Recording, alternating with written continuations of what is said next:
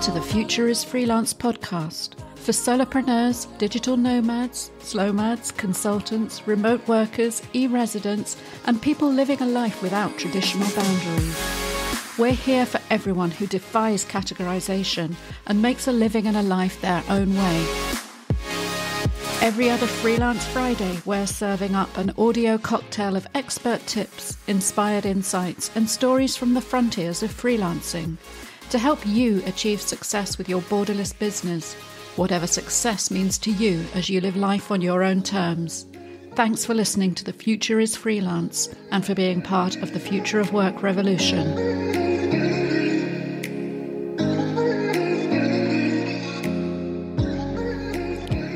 Well, hello, Future is Freelance listeners. It's me again, coming at you yet another weekly gap after the previous episode. Having said I intended to carry on this show on a fortnightly basis, I then found out that I was really inserting so many weekly episodes as bonuses, which corresponded to various events I'd been attending. And it occurs to me that it might be sensible to continue in that vein, alternating our usual interview episodes, which will most definitely continue, with more short, focused, perhaps individual musings from myself in a way that I hope will be helpful to listeners as you reflect on your own journey as a freelancer or solopreneur. Now, a lot of these solo episodes recently have been about events I've attended because these tend to cluster around this time of year. And yes, I am just back from yet another one. I was in Madrid last week at South Summit, a little bit closer to home than usual. Didn't involve a flight to another country. And I did want to share some of my reflections from that with you, but I thought it would be more useful, actually, from a content point of view, to generalize some of the things that I've been thinking about attending events in general in the last few months, of which I've done quite a few, and create a more valuable content episode for those of us who think of ourselves as introverted. Now, I know that this does not apply to every freelancer, so please bear with me. If you consider yourself very far from introversion and you love going to events, you're energized by being around other people, fantastic. I'm happy for you. I hope you will still find this episode useful in terms of simply making the most of face-to-face events, because we're freelancers, right? We're used to working alone in many cases. And when we do go along to events like this, it's expensive. It costs us in time away from our normal freelance activities, for which we have no substitute or temp that we can bring in to cover for us. And usually simply attending and traveling to events costs us directly as well. But there are ways to offset that with the value we gain from it as a professional activity, of course, which is the idea. But I think it's really important for all of us solopreneurs to remember to maximize the impact and benefit of going along to face-to-face events now that they're happening more and more often. And it's great that they're back. During the COVID years, we got used to networking online, but I do believe there's something very fundamental about being in the presence of other people, however much you might find that drains you from a physical or emotional point of view. You simply learn more and connect more in a different way when you're in that face-to-face situation, particularly when it comes to a group energy that you can really gain something from. And you can be exposed to new ideas and connections that you simply wouldn't seek out in the online world because of the intentionality that requires. I also firmly believe, from the point of view of my own brand, my business, that I need to be more visible these days. I think it was easy a few years ago as a writer to be quite hidden. I wasn't podcasting. I wasn't going to as many face-to-face events. I could just be that person in the background. But now our own personal point of view, our personality, I know the term personal branding can be a little bit icky, but it's more and more important in this world where various aspects of content creation can be automated to put your humanity and your heart and soul into what you offer to the world. And in many cases, that means showing your face. So we need to show up, even if we regard ourselves as highly introverted. So before we dive into the tips I wanted to share with you today, let's just unpack introversion a tiny bit because it isn't always well understood. Introversion is nothing to do with shyness or social anxiety, though it may coexist alongside those things. People who score highly on introversion metrics are simply those who find it draining being around other people. And introverts gain energy in the quiet times, in spending time alone. That doesn't mean that introverts can't spend time around other people, but it has a cost, an energy cost, an attention cost.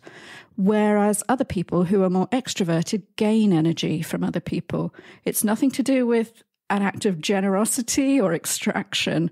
It's simply the way that your character works. You either find it exhausting to be around other people, even if you love it, or you find that that actually builds you up and offers you energy, which you can then spend on other things.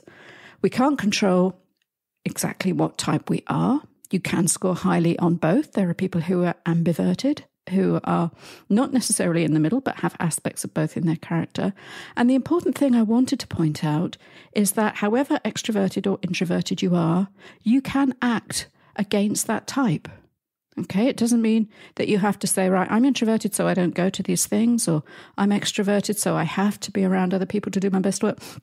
All of these things are useful self-knowledge and self-awareness, but don't let it define you. You can act against type. You can engage in any behavior that you want to make so for yourself and your business. And sometimes it's well worth stepping out of your comfort zone in order to do so. And for me, going to big face-to-face networking events is definitely outside my comfort zone. It always has been. I don't tend to talk about health stuff on this podcast, but in addition to the introversion, I have various health conditions which cause unpredictable levels of pain and fatigue, which are also very difficult to forecast into the future when you're thinking about this event that's happening in a few months' time. And the other thing that I find really affects me at face-to-face events is that I have a high degree of face blindness, prosopagnosia. The reason I know this stuff about myself is that I studied psychology in a business school years ago, so with lots of experiments on each other, and somebody thought that they'd actually produced a broken tool, or I broke it when they measured my ability to recognize faces. I find it really, really difficult, even in people I've met more than once. If I put them in a different context or something's changed about their appearance, I find it very difficult to remember them and where I've known them before, which obviously makes you come across as potentially socially very ignorant. And all of that just adds to the cognitive load of being around other people. And for me, it was so much easier when we networked in a flat screen in little boxes with everybody's name underneath their heads. But that's not how it works in real life. And you have to be a bit careful trying to stare at ID cards as well. The print on them seems to get smaller every year. Maybe that's why I've chosen to work remotely from home for many, many years. But I do love connecting with other people. I might be introverted, but I love my crowd, especially the remote freelance tech people that I'm privileged to work with and call my peers and my community. So when I do get the opportunity to go and see and be around these people, I really want to do so. But I have to be aware of the impact of my introversion, and the same might apply to you.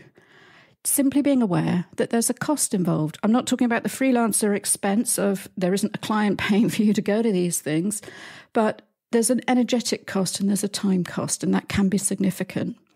Because as introverts, we draw our energy from solitude and introspection. Simply being around large, bustling events can be overwhelming and draining. So we have to weigh that up against the fantastic opportunities they represent to meet new people and to learn new things and to grow professionally. So in order to make the most of this opportunity, I believe a lot of it for me is about intention and preparation. If I'm deciding whether to go to an event, try not to get distracted by, is it in a place I want to visit, a city I've never been to? Am I being flattered by being invited to speak? Try and step back from that and really first think about it. Is this great use of my time? Could that time be better spent? Are there other events in the calendar I'm undecided about?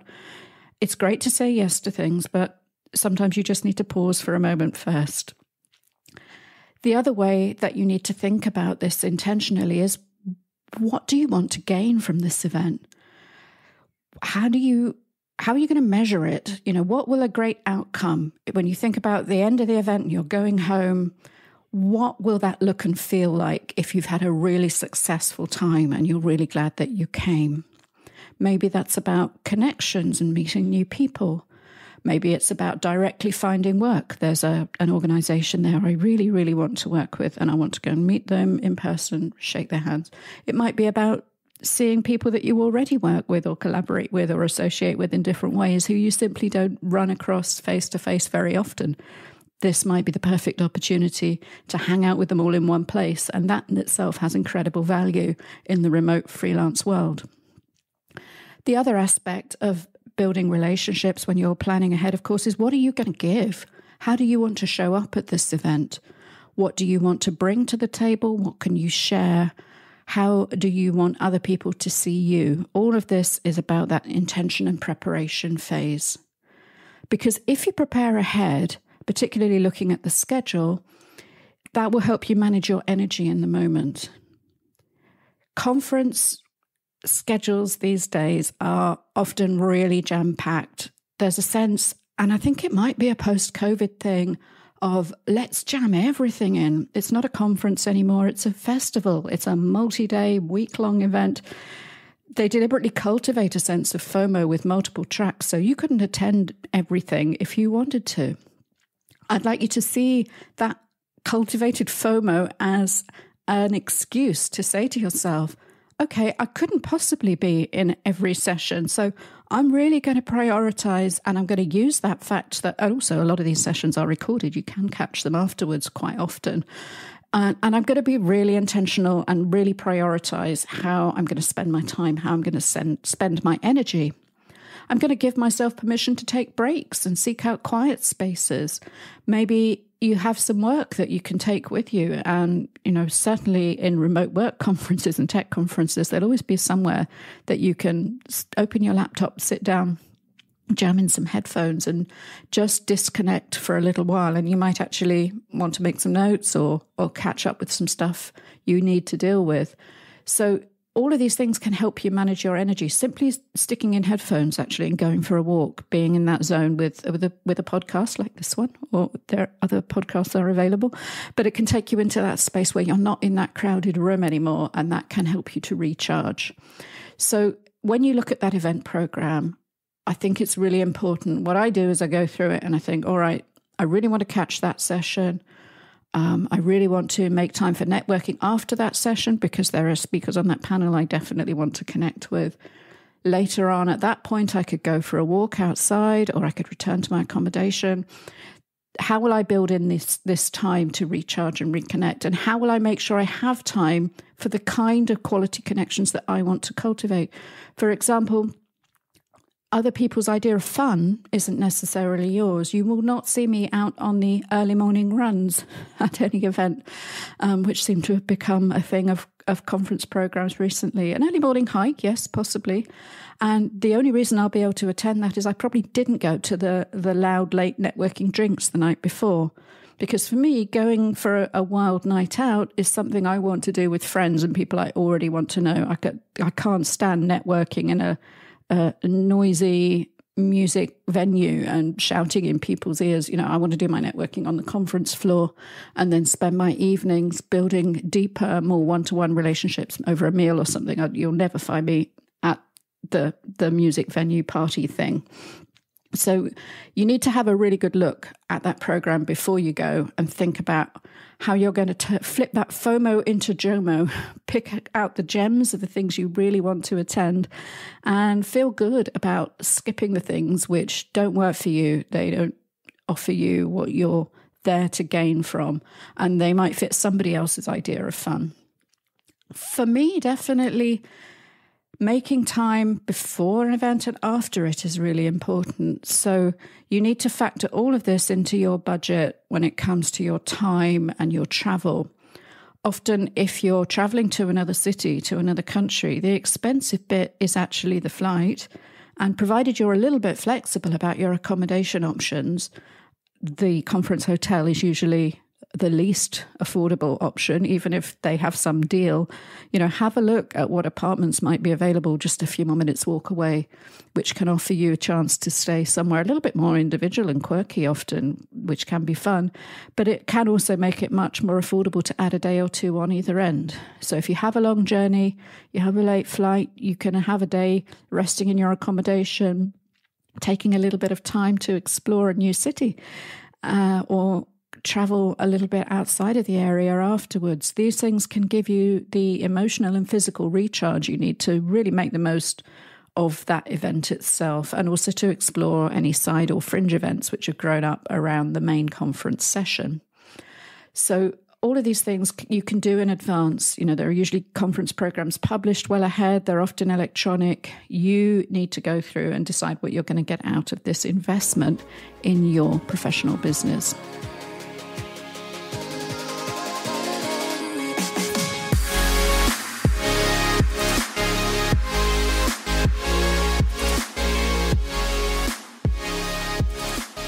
So that's the event itself. Let's take this right down to the one-to-one level now, the big introvert's nightmare of actually networking in the room and striking up a conversation with someone new. I know that I struggle with this, and this isn't just introversion. This is the whole face blindness thing, and just opening conversations can be difficult. So what I try to really remind myself is that that's why everybody's there, okay? We're all there to meet new people. Obviously, we're there to see people we already know, to learn new stuff, but there probably isn't another person in that room who hasn't come to the conference with the goal, whether they're conscious of it or not, of building new connections. So you're helping them if you're the first one to open your mouth to remark on anything.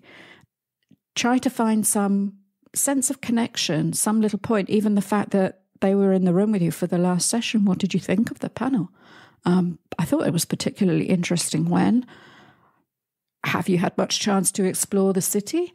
You see them reaching for a canapé. Is that the vegetarian sandwich? That might be a point of view or a literal view out of the window. Isn't that amazing? Try to find something you can share about. And remember, again, preparation. There might be people there that you really want to connect with because of something outside of the event. And while it's wonderful if somebody comes up to you and strikes up a conversation over the buffet, imagine the impact on you personally if someone came up and said, "Oh, hello, I really loved your article about whatever," and shows that they actually came there to meet you and talk to you about something unrelated to the conference itself. That can be an incredibly powerful way to introduce yourself to somebody that you're there to connect with. You have all the shared context of being at the same event.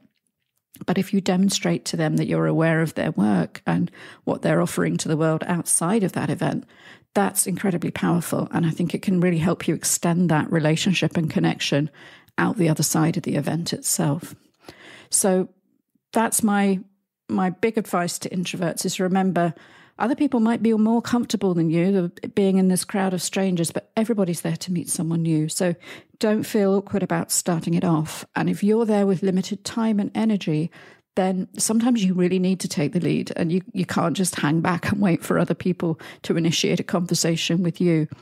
Try to imagine they're more socially anxious than you are, and you're doing them a huge favor by offering that opening. And while you're in the conversation, just remember all the things that make you as an introvert a potentially great listener. Again, these aren't necessarily correlates, but quite often the two go hand in hand. And you can be the person who is quiet, who listens, who prompts, rather than being there just to pitch your stuff or to jump in with what you do. If you wait to be asked, then that conversation will flow. At the same time, you can be, in my case, I'll be really trying to fix their name and appearance in my mind for later, especially if they don't look anything like their profile picture, which is a very unfair trick lots of people pull at these events. Oh, that's so-and-so, right? That's nothing like what I thought they were going to look like. Or there might be something very distinctive about them, that they're really tall, or these things that you just don't pick up on a webcam. All of this stuff I'm remembering, and if it's someone for the first time, trying to pin their name in my head, while at the same time being actively listening and responding and genuinely interested in what they do, why they're there, what their opinions are, because that's what making a connection is all about. At the same time, obviously, you want them to remember you. So I would be careful to not only ask questions, but respond intelligently, be striking, be memorable, be quirky, but be yourself. Don't try it if you're desperately anxious about how you're going to come across. Fall back on authenticity. There really is nothing better. And remember that you can use that conference pre-prep time in order to find out something a little bit about that person if you want to share a connection and talk to them. And you can also use it to follow up. Now, one of the things that we all enjoyed during the COVID time was the way that events moved online, and actually the apps and the digital programs got better. Now, a lot of the events that we go to are essentially hybrid in nature because they tend to have a strong networking app that goes with them, as well as live streaming or video recording of the sessions. So the fact that you've invested that time in the conference, I think you can really leverage that. You can use the digital environment of the event, however much a part of it is in the moment or not. You can use it in advance. You can also use it afterwards. In advance, what I tend to do if there's somebody I really want to talk to or connect with, especially if there is a speaker, is make sure I have their Twitter tag and that I can tag them in things as I'm going along. And again, it's part of that multitasking, which is often easy to forget in the moment, but just firing off a tweet of a speaker with a photo, a flattering photo, but actually commenting, adding value and extending what they're talking about can be so useful. And it gives you a hook then if you want to follow up with them later. I really enjoyed your thoughts about X. Have you considered Y? Would you be interested in commissioning an extended feature about Z? All of these things can be an important part of extending the value of that conference to you. Even if you don't get a chance to speak to the person that you want to, the fact that you were at that event together, you were both in the same program, that gives you an in, if you like, to connect with them on LinkedIn. Really sorry, I didn't get the opportunity to speak with you at the conference, but I really wanted to connect with you over whatever. And then you can use that. You can do that in your day or two after the conference if you've extended your stay in your Airbnb.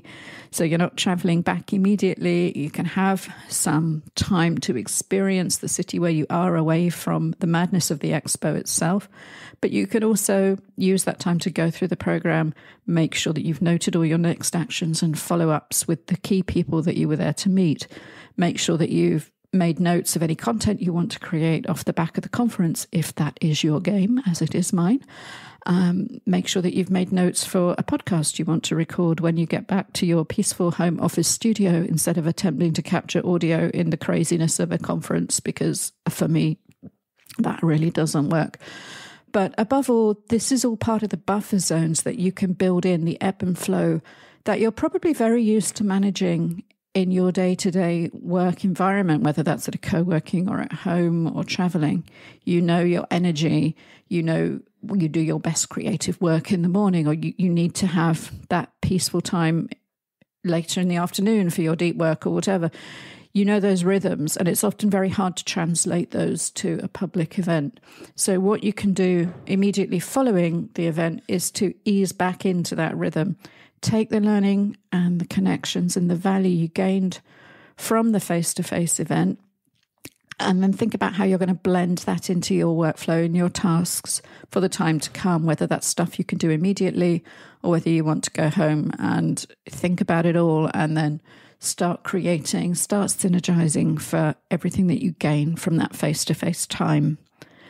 Because if you're like me, you're an introverted, remote, mostly home working person, but you love travel and going to events and speaking to and being around other people, you can blend the two. And everything that we talk about here really at The Future is Freelance is about creating the blend that works for you. Whether that's a blend of activities, interests, niches, or different locations, whether you want to be a digital nomad or whether you want to be a remote home worker, whether you want to use different third spaces to bring out different creative energies for you. We have that choice. And that is the most amazing thing about the way that we can choose to live and work today. In order to really maximize the benefit of that choice, however, I do believe we owe ourselves a little bit of intentionality, a little bit of conscious decision about how we're going to use that choice. Don't simply just stay at home because you're not in lockdown anymore. You can travel, you can decide that you're going to invest some of your time in deliberately networking with other people. You can decide you're going to go to meetups in your own hometown if you just want to start somewhere small, get out the door. Build your comfort zone, extend yourself. The magic happens when you get outside of that comfort zone. It's a cliche, but it's definitely true. And you can often find that even if, like me, you're really intentional about what you want to gain from events like this, frequently it's the things you didn't expect, which are the best outcomes. The serendipity, the person you meet that you last saw 10 years ago, but now you have the potential for a fantastic collaboration. The person you meet for the first time you didn't know existed, who's working on a really exciting project. The thing that leads on to a new professional partnership or a new personal friendship. Really, the possibilities are endless, and you won't know until you step out the door, whether that's to get on a plane or get a bus to your local meetup event and actually see people face to face.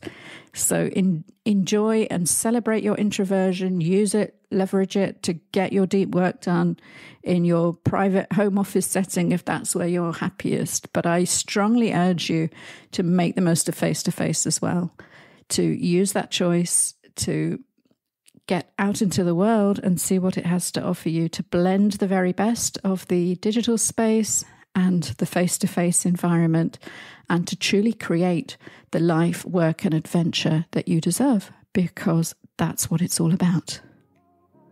I really hope you found these reflections on my face-to-face adventures useful in your own freelancing, networking life, and I would love to know what you think about this episode and all of our episodes. So please don't forget to drop me a line, send a voice note via the website, leave a review on your favorite podcasting app, tweet me at Maya Middlemiss, or whatever is the easiest response mechanism for you, because we have so many ways to keep in touch now in our highly interconnected world, even when we just use the digital world. So I'll be back next week with another interview. I think it's one you're going to find very useful and interesting.